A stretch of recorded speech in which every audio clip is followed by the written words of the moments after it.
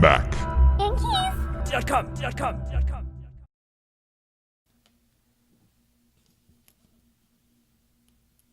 This is an example of the majority of what the keys are on there, like this size right here. And what you have underneath is this plastic scissor hinge that's attached to the key underneath. So what you're actually doing is you're separating this hinge from that key when you actually slide the tool underneath. So let me see if I can give you a side view of this. You can kind of see that right there, how it drops right there. So what you're actually doing when you're separating the two, you're taking this tool and you're sticking it inside this little fold right here. And then when you press in, that snaps that right off.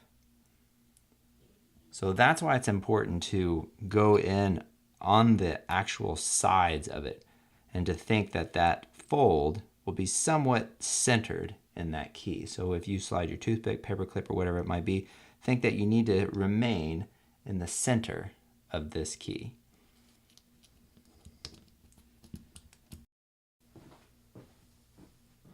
We're going to remove the Q key.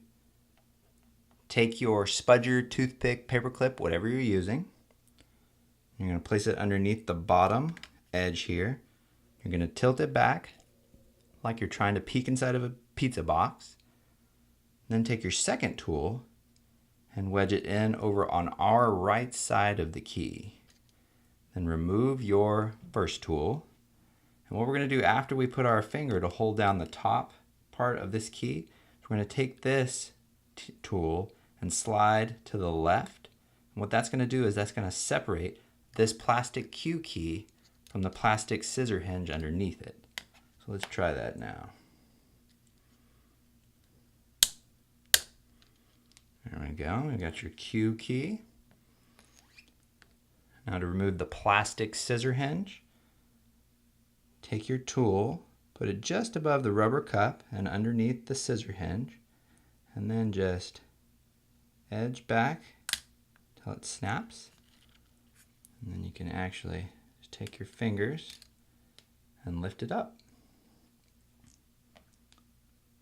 Now get your replacement plastic scissor hinge. And you'll notice here on the hinge, you've got a tapered part towards the top and then a wider part at the bottom. And this corresponds how it should actually be inserted into this keyhole. And we're going to start with the bottom first. And then we're going to pull in a topward direction. And then it should grab, and then you just let go.